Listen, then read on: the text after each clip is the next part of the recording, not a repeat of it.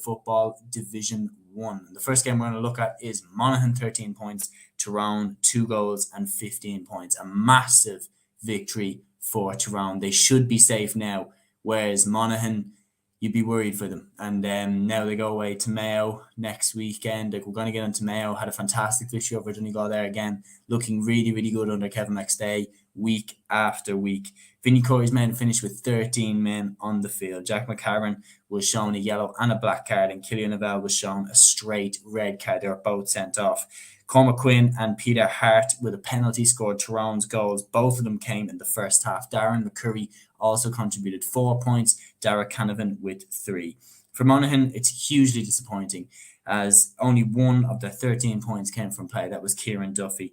It's not what I expected from them. I expected that they would have a lot more, innovativeness in their attack, a lot more imagination in their attack, especially considering in every other game in the Allianz League they had been doing that, but not the way it went in this game, and especially with so much on the line and how Monaghan have fought over the years, you would expect something big. But I mean, going away to Mayo next week to save themselves is going to be as big an ask as it has ever been.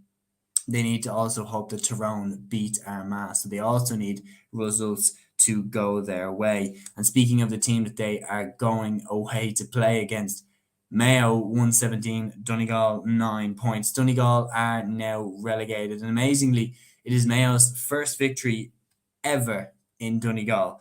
It was a dismal performance by Donegal. They have now not scored a goal from open play in any of their league games. They got one goal from a penalty from Oisin Gallen, and apart from that, they haven't even really looked like scoring a goal. Jamie Brennan had a flash goal chance against Monaghan, but apart from that, they have been completely toothless up front.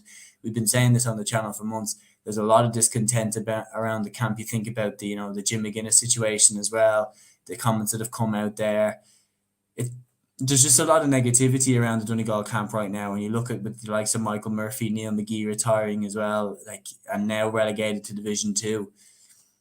It's tough. It's tough to see where Donegal go from here. This is as tough a situation as I've seen Donegal in since 2010. It really is, and they really have fallen off a cliff over the last couple of years. And the thing is, they still have world-class players, so you still wonder, can they turn it around? You look, they still have McBurty. I know he's not fit right now, but they still have Michael Langan, a world-class player. They still have Ryan McHugh, Padder Morgan, Hugh McFadden, Kyla McGonigal, very strong midfield pairing there. Brendan McCall, fantastic fullback. Owen Baum Gallagher, Jamie Brennan, Oisin Gallen, Conor O'Donnell. Really good forwards. There's a good team there in Donegal. They just need to believe in themselves a bit more. And I really do believe that McGuinness would have been a perfect appointment for them. I don't know why they didn't hire him, because when you look at hiring the right guy, I think Mayo have hired the right guy in Kevin McStay. He's doing a fantastic job so far. You look at the absolute brilliant form that he's getting out of Aidan O'Shea, Ryan O'Donoghue, James Carr. Ryan O'Donoghue hit a goal for Mayo in the first 2 minutes of the second half. Aidan O'Shea was fantastic in this game as well. And yeah, Mayo basically just dominated this game. Matthew Oran hit 3 points from play from midfield in the first half. Mayo were 11-6 ahead at halftime. Just a dismal performance by Donegal. And they only hit 3 points in the second half. Terrible when you consider how much was on the line. And they just lost this game with a whimper, simply put. And a lot needs to change now going forward for Donegal.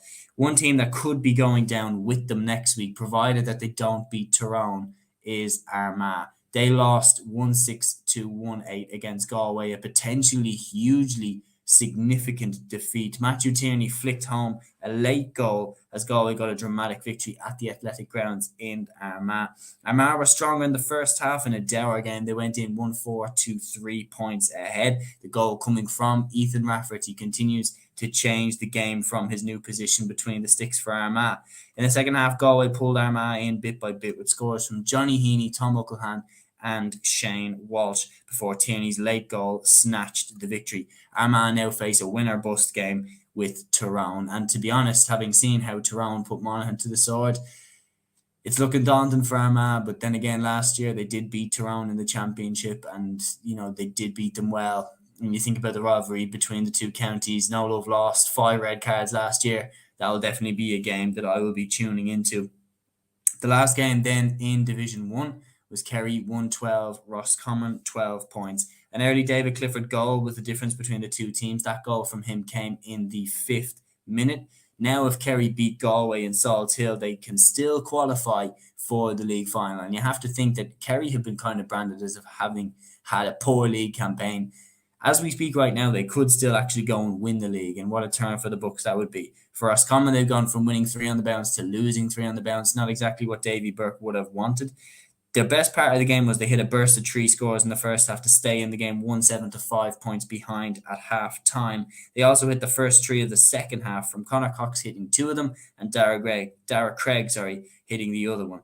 And when Graham O'Sullivan was sinned in, Roscommon looked like they might have a window back into the game. However, Kerry outscored them 2 points to 1 when the sin bin was active, and following O'Sullivan's return to the field, Shawnee O'Shea and David Clifford put Kerry 111 to 9 points ahead. Roscommon did rally again, hitting 3 of the last 4 to fight back. Downey Smith with 2 of them, but it wasn't enough. The sin bin moment, I think, was definitely an opportunity for Roscommon to push on a little bit more, but who knows, maybe they have their eyes on their Connacht Championship for 2023, and no doubt Davy Burke will want to taste that Connacht success